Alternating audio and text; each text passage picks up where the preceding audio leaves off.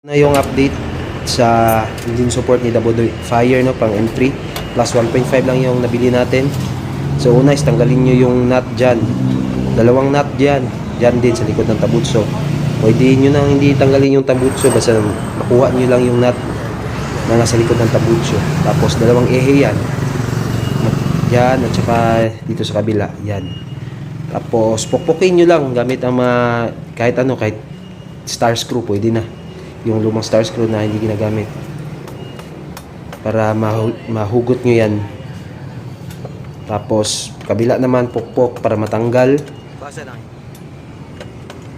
yan. Ang konting adjustment nito is yung yung brake cable ko, in-adjust ko lang kasi yung brake cable kasi ano siya ba, yung pang Mio Sporty yung gamit ko eh.